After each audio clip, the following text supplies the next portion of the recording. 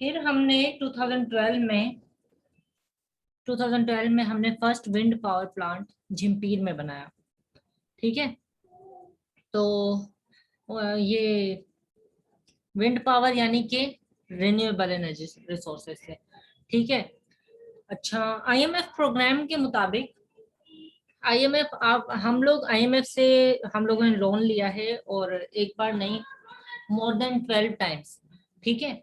तो IMF loan आपको ऐसे ही नहीं प्रोवाइड करती। आईएमएफ आपकी कंडीशंस देखती है। ठीक है। इंटरनेशनल मॉनेटरी फंड आपकी कंडीशंस देखती हैं कि वेदर यू आर एबल, कि अगर वो आपको डेट देती है तो आप वो पे कर सकते हैं या फिर नहीं। ठीक है। तो आईएमएफ जब कंडीशन सिचुएशन देखती है तो फिर वो उसी हिसाब से कंडीशंस देती है आपको कि आपने ये करना है तो आपको हम डेट देंगे। ठीक है। ये नहीं करेंगे आप तो वो अपनी शराइट्स जो है ना, अपनी शराइत देती है, अपनी कंडीशंस देती है, उन्हीं कंडीशंस के हिसाब से हमें लोन देती है। ठीक है। तो यहाँ पे बताने का मकसद ये है कि आप लोगों ने एनर्जी पे सॉल्यूशंस लिखे थे, तो उसमें रेट्स कम करने का कहा था। ठीक है।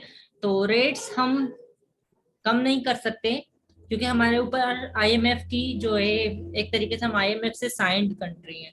ठीक है। तो इस वजह से खैर, तो यहाँ पे आगे बात बताऊं मैं, सीपेक और एनर्जी सेक्टर प्रोजेक्ट्स हमारे, ये हमने अभी रिसेंटली स्टार्ट किए हैं। और सीपेक में $33 बिलियन के प्रोजेक्ट्स हैं। ठीक है। और उसमें एस्टिमेटेड एनर्जी जनरेशन है 10,400 मेगावाट्स, और ये टिल मार्च 2018 था। ठीक है। अच्छा, अब 19 एनर्जी प्रोजेक्ट्स हैं। ठीक है। 10 प्रोजेक्ट्स जो हैं वो कोल, और वो कोल पे बेस्ड हैं, और वो कितनी एनर्जी जनरेट करेंगे, 4,666 मेगावाट से लेकर 5,000 मेगावाट तक। ठीक है। अच्छा, और ये नेशनल ग्रिड में दे दी गई है। नेशनल ग्रिड जहाँ पे एनर्जी हमें, जहाँ पे एनर्जी मिलती है उन्हें, वो हमें प्रोवाइड करते हैं। ठीक है। अब सीपेक इन्वेस्टमेंट से लोड शेडिंग तो कम हुई है। ठीक है। लेकिन जॉब्स भी बहुत ज्यादा क्रिएट हुई है। जैसे 23,000 जॉब्स क्रिएट हुई हैं बैकवर्ड एरियाज लाइक थर में। ठीक है।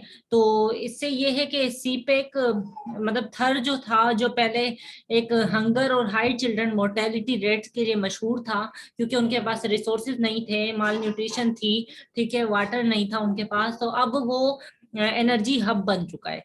ठीक है।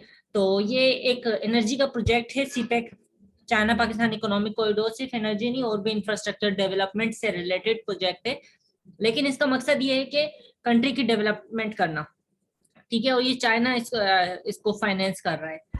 चलें, सीपेक के जो एनर्जी प्रोजेक्ट्स हैं वो ये हैं, ये Hubco coal power plant, port Qasim coal fired power plant. ठीक है। Sahiwal coal fired power plant. ठीक है। Engro Thar coal fired power plant, ये surface mine in block 2 of Thar coal field. ठीक है। दाऊद विंड फार्म, कायदे आजम सोलर पार्क। ठीक है। कायदे आजम सोलर पार्क, और यूईपी विंड फार्म। ठीक है। Sachal wind farm, port Qasim power plant, और 3 गॉर्जस और second and third wind farms. ये सीपेक के एनर्जी प्रोजेक्ट्स हैं। ठीक है। अब एनर्जी क्राइसिस का रीजन क्या है पाकिस्तान में? पहले तो ये यहाँ पे ओवर कंजम्पशन होती है। एसी एसी जो है वो बहुत एनर्जी खर्च करता है, और यहाँ पे हर दूसरे घर में एसी है। ठीक है। तो इलेक्ट्रिक जो कंप्लायंसेस हैं वो बहुत ज्यादा एनर्जी यूज करती हैं। ठीक है। और इंडस्ट्रियल यूज के लिए भी बहुत ज्यादा यूज होता है, तो ओवर कंजम्पशन है बहुत ज्यादा। ठीक है। पाकिस्तान की पॉपुलेशन बहुत ज्यादा है, तो ये भी एक एनर्जी क्राइसिस का रीजन है। ठीक है। हमारे पास पुअर इंफ्रास्ट्रक्चर और इनएफिशिएंट डिस्ट्रीब्यूशन सिस्टम है। किस तरीके से? अब आप लोगों में से किसी ने भी मुझसे ये सवाल नहीं पूछा कि अगर हम एनर्जी सरप्लस में जनरेट करते हैं तो हमारे पास सिर्फ 22,000 मेगावाट क्यों पहुंचती है? वो इसलिए क्योंकि हमारे पास लाइन लॉसेस होते हैं। लाइन लॉसेस का मतलब है कि जहां जो डिस्ट्रीब्यूशन सिस्टम है वो इनएफिशिएंट है। वो किस तरीके से?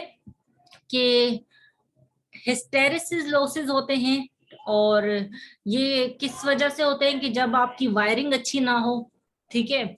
जो डिस्ट्रीब्यूशन का पूरा सिस्टम है उसमें ट्रांसमिट करने करने में ही जो है अच्छे खासे लाइन लॉसेस हो जाते हैं। हमारे पास 18% तकरीबन लाइन लॉसेस होते हैं। ठीक है, दूसरी बात ये कि हमारे पास अनएक्सप्लोर्ड रिन्यूएबल एनर्जी ऑप्शंस है, यानी हमारे पास एनर्जी के लिए जनरेट करने के लिए रिन्यूएबल सोर्सेज रिसोर्सेज हैं लेकिन हम करते नहीं है। किस तरीके से? हमारे पास पानी आता है नॉर्थ से, ठीक है, और वो इतना सफिशिएंट पानी होता है कि हम लोग उससे अच्छी खासी एनर्जी जनरेट कर सकते हैं, लेकिन हम ऐसा नहीं करते। ठीक है, और उसमें पोटेंशियल उसका पोटेंशियल हम यूटिलाइज ही नहीं करते। Delay in commissioning of power plants and ageing of equipment, जो हमारे इक्विपमेंट्स हैं वो बहुत पुराने हो गए हैं, ठीक है, तो वो बहुत ज्यादा एनर्जी कंज्यूम करते हैं, और उसको जो है, और जो पावर प्लांट्स हैं उसकी भी कमीशनिंग दोबारा नहीं की गई है, यानी कि अगर तारें पुरानी हो जाती हैं, लाइन लॉसेस होते हैं जिसकी वजह से, तो उसको रिन्यू नहीं किया गया है। ठीक है, इसकी वजह से वेस्टेज ऑफ एनर्जी हो रही है, और इसके अलावा वैसे ही एनर्जी का वेस्टेज बहुत है हमारे पास। ठीक है, और हमारे पास पुअर डिस्ट्रीब्यूशन सिस्टम और लाइन लॉसेस हैं, और कभी कभी हमारे पास मेजर एक्सीडेंट्स हो जाते हैं, नेचुरल कैलेमिटीज हो जाती हैं जिसकी वजह से हमारे साथ ऐसा होता है, बारिशों की वजह से, या इस तरह की सिचुएशंस होती है जिसकी वजह से एनर्जी का जो अपना पार्ट प्ले कर रहे हैं एनर्जी क्राइसिस में। पुअर गवर्नेंस, अब ये एक मेन फैक्टर है। किस तरीके से? कि अगर गवर्नमेंट जो है वो एनर्जी प्रोजेक्ट्स पे काम नहीं करेगी, तो जैसे आपके पास पहले था कि हमारे पास एनर्जी क्राइसिस ज्यादा तब इसलिए हुए थे क्योंकि इस साइड ज्यादा ध्यान नहीं दिया गया था। ठीक है, अब करंटली हमारे पास सीपेक जैसे प्रोजेक्ट्स हैं, तो हमारे पास एनर्जी बन रही है, तो गवर्नेंस का बहुत बड़ा रोल है। अगर गवर्नेंस जो है नेग्लिजिबल होगी एनर्जी के सेक्टर की तरफ, तो हमारे पास एनर्जी जनरेशन अच्छी नहीं होगी, जनरेशन अच्छी नहीं होगी तो हमारे पास क्राइसिस होंगे। ठीक है, अच्छा, फ्यूल मिक्स कॉस्ट इम्प्लीकेशन, अब जो हमारे पास हाइड्रो पावर एनर्जी है उसकी कीमत है हमारे पास 1 रुपी पर 1 वॉट। ठीक है, अच्छा, 1 यूनिट की कितनी है? 1 रुपी। ठीक है, अच्छा, लेकिन जो हमारे पास फ्यूल एनर्जी है वो 17 से 18 रुपए पर यूनिट है, यानी वो इतनी महंगी है, और हम फ्यूल्स पे ही ज्यादा रिलाई कर रहे हैं, फॉसिल फ्यूल पे। ठीक है, वो फ्यूल पे रिलाई करने से हमारे पास कॉस्ट इम्प्लीकेशंस बहुत ज्यादा हैं जिसकी वजह से हमारे पास एनर्जी सही से प्रोड्यूस नहीं हो रही है। हमारे पास इनएफिशिएंट पॉलिसीज हैं, हमारी पॉलिसीज ही मीट नहीं कर रही हैं हमारी एनर्जी रिक्वायरमेंट को। ठीक है, और उसके अलावा फ्लक्चुएशन है हमारे पास ऑयल प्राइसेस की मार्केट में, कभी ऑयल प्राइसेस सस्ती हो जाती हैं तो कभी ऑयल प्राइसेस महंगी हो जाती हैं। ऑयल प्राइसेस के फ्लक्चुएशन की वजह से हमारे पास एनर्जी पे असर पड़ता है। ठीक है, क्योंकि इंटरेस्ट भी पे करना होता है जब हम ऑयल पे हम डेप्ट लेते हैं, जो हम इंटरनेशनल मार्केट से डेप्ट पे लेते हैं, तो जब ऑयल प्राइसेस बढ़ती हैं तो हमें इंटरेस्ट के साथ पे करना पड़ता है, तो ऑयल प्राइसेस के बढ़ने की वजह से हमारे पास एनर्जी क्राइसिस और ज्यादा हो जाते हैं। ठीक है, अब एनर्जी क्राइसिस के इफेक्ट्स क्या हैं? एक तो इंडस्ट्रियल ग्रोथ, क्योंकि आप लोगों को पता है कि इंडस्ट्रीज ऐसे ही काम नहीं करती, इंडस्ट्रीज को एनर्जी की जरूरत होती है, तो अगर एनर्जी क्राइसिस ज्यादा हुए तो हमारे पास इंडस्ट्रियल ग्रोथ डिक्लाइन कर जाएगी। ठीक है, हमारे पास प्रोडक्शन कॉस्ट इंक्रीज होगी। ठीक है, यानी कि प्रोड्यूस जो होगा वो महंगा होगा, इन्फ्लेशन होगी, जिसकी वजह से इंडस्ट्रियल शिफ्ट हो जाएगा, यानी लोग प्रोडक्ट्स हमारे इंडस्ट्रीज के बजाय दूसरी कंट्रीज के इंडस्ट्रीज से खरीदेंगे क्योंकि वहां से उन्हें सस्ते मिलेंगे। हमारे पास अगर इंडस्ट्रियल पेस ही स्लो हो गई, यानी इंडस्ट्री ही हमारे पास स्लो हो गई, तो उसकी वजह से क्या होगा? अनएम्प्लॉयमेंट होगी, क्योंकि हमारे पास इंडस्ट्रीज में कितने वर्कर्स हैं जो काम कर रहे हैं, वो सारे अनएम्प्लॉय हो जाएंगे। ठीक है, फिर पाकिस्तान एक एग्रेरियन इकोनॉमी है, ठीक है, एग्रीकल्चर पे बेस करती है। अब अगर एग्रीकल्चर के लिए, आप लोगों को पता है कि एग्रीकल्चर के लिए भी एनर्जी की कितनी जरूरत है एग्रीकल्चर सेक्टर के लिए, तो वो अफेक्ट होगा बैडली। ठीक है, एजुकेशन सिस्टम करंटली आप लोग देख रहे हैं कि अगर मैं आप लोगों को ऑनलाइन पढ़ा रही हूँ तो ये भी एनर्जी डिपेंडेंट है, ठीक है, इलेक्ट्रिसिटी डिपेंडेंट है। तो आप लोगों ने अपने लैपटॉप चार्ज करने होते हैं, आप लोगों का वाईफाई जो है वो एनर्जी से चलता है, इलेक्ट्रिसिटी से चलता है। तो एजुकेशन सिस्टम पे इफेक्ट होगा। और पाकिस्तान जो है वो एक कंट्री जो टेक्नोलॉजी की तरफ मूव कर रहा है, अगर उसके पास एनर्जी ही नहीं होगी तो ये कैसे उसके लिए पॉसिबल होगा कि वो टेक्नोलॉजी की तरफ मूव करे, ठीक है। फिर हमारी डोमेस्टिक लाइफ पे इसका कितना इम्पैक्ट होता है ये आप लोग खुद गेस कर सकते हैं कि आप लोग अगर एनर्जी आप लोगों के पास नहीं हुई तो क्या क्या होगा, ठीक है।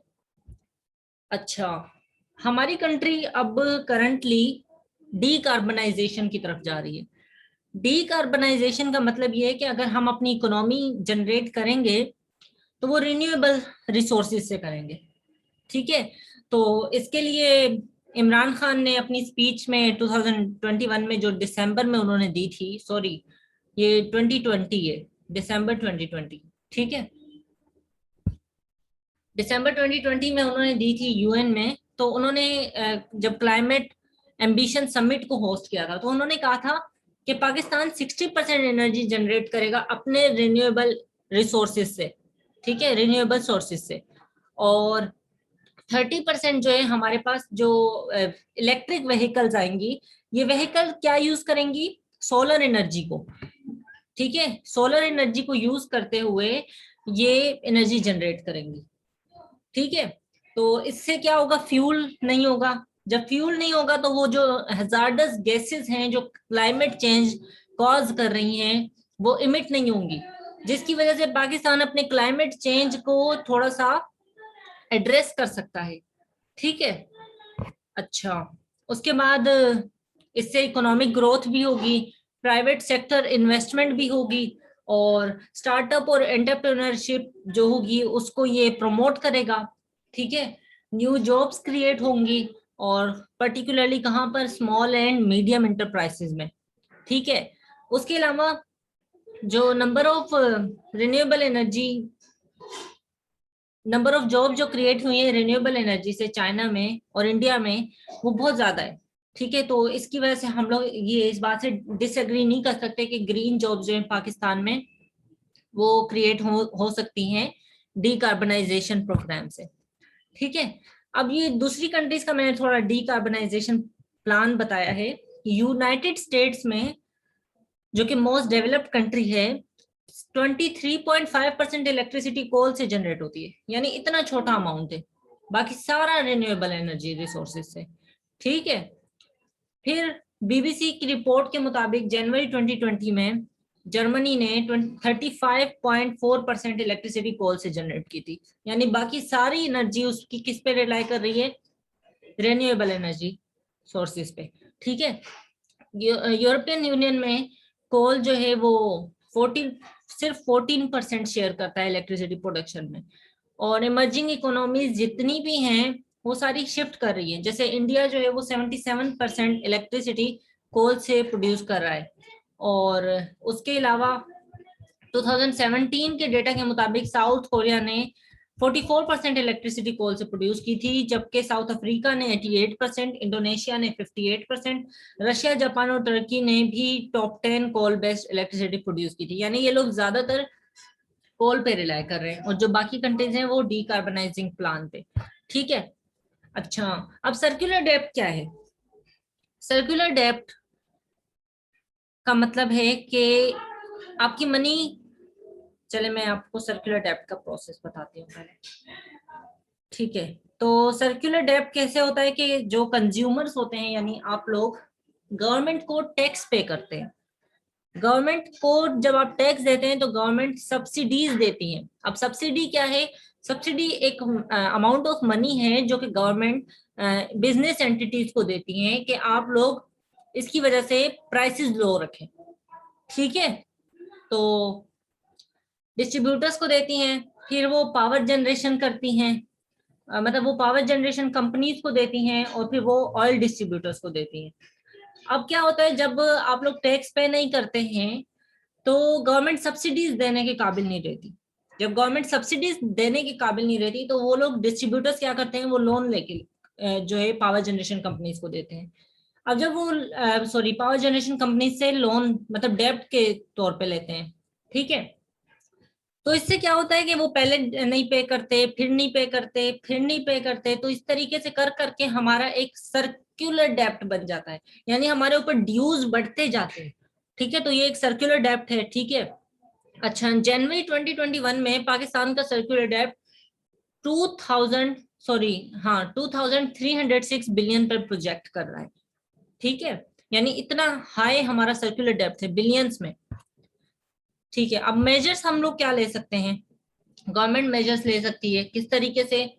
गवर्नमेंट जो पुअर गवर्नेंस है उसको इम्प्रूव करके गुड गवर्नेंस में, कि ट्रांसमिशन लाइन की कैपेसिटी को इंक्रीज कर दे, और जो अनलॉफुल एनर्जी प्रैक्टिसेस हैं जैसे कि करप्शन है उनको एड्रेस करे। ठीक है, रिन्यूएबल एनर्जी रिसोर्सेज की तरफ मूव करे और डैम्स बनाए। ठीक है, जैसे करंटली कंट्री ये डैम्स बना रही है, कोहाला और आजाद पतन डैम। ठीक है, कोहाला डैम जो है वो 25 जून 2020 तक एस्टिमेटेड है कि कंप्लीट हो जाएगा, और आजाद पतन जो है वो 6 जुलाई 2020 तक एस्टिमेटेड है कि कंप्लीट होगा। कोहाला डैम और आजाद पतन डैम, ठीक है, ये साइन हुए हैं रिसेंटली ही। सॉरी कोहाला डैम 25 जून 2020 को साइन हुआ है, और ये मेरे ख्याल से 2025 तक कंप्लीट हो गया, इस तरह का कुछ है। और पतन डैम जो है, आजाद पतन डैम, ये 6 जुलाई 2020 को साइन हुआ था। अच्छा, कोहाला जो है वो कितनी एनर्जी प्रोड्यूस करेगा? 11,000 सॉरी 1,124 मेगावाट, और इसकी कॉस्ट कितनी होगी? $2.4 बिलियन। ठीक है, और इसके नतीजे में 3,000 जॉब्स क्रिएट होंगी। और ये कोहाला डैम का है। अच्छा, दूसरे मेजर गवर्नमेंट ये ले सकती है कि, अच्छा, इसके अलावा ये भी मेजर ले सकती है कि जो हमारे दूसरे रिन्यूएबल एनर्जी रिसोर्सेज हैं, ठीक है, वो काम में लाए। ठीक है, स्मॉलर लेवल पे आप लोग खुद सोलर सोलर एनर्जी प्रोड्यूस कर सकते हैं, अपनी अपनी मतलब सब लोग अपनी अपनी छतों पे सोलर पावर प्लांट लगा दें। उसके अलावा इजियर ग्रिड एक्सेस एक कॉन्सेप्ट है जो कि फॉरेन में अप्लाई होता है। क्या करते हैं कंट्रीज अपने छतों पे, कंट्रीज में जो नेशंस होती हैं वो अपनी छतों पे सोलर पावर प्लांट लगा देती हैं, और फिर जो उनकी एनर्जी एक्सेस होती है वो यूनिट्स वो गवर्नमेंट को प्रोवाइड करती है। ठीक है, जितनी वो गवर्नमेंट को प्रोवाइड करती है, या तो गवर्नमेंट उनको पैसे देता है, या तो उतनी एनर्जी उनको दूसरी प्रोवाइड करता है। ठीक है, तो इससे क्या होता है कि कंट्री की नीड भी पूरी हो जाती है। ठीक है, और कंट्री जो है वो ग्रोथ भी कर रहा होता है। ठीक है, तो हमारे पाकिस्तान में ये मेजर अगर हम अडॉप्ट कर लें इजियर ग्रिड एक्सेस का, तो हम अपने एनर्जी क्राइसिस को इजीली मिटिगेट कर सकते हैं। दूसरा है, जो लाइन लॉसेस हमारे पास इतने सारे हैं, तो हम सिस्टम को रिन्यू कर दें। ठीक है, तो जो लाइन लॉसेस है, वैसे ही हम एनर्जी पे इतना खर्च कर रहे हैं, थोड़ा वो सिस्टम को रिन्यू करने पे अगर खर्च कर लें तो शायद हमारे एनर्जी क्राइसिस खत्म हो जाए। और ये 18.3% हमारा लाइन लॉसेस में अमाउंट जाता है। ठीक है, तो ये आप लोगों का एनर्जी क्राइसिस कंप्लीट हुआ।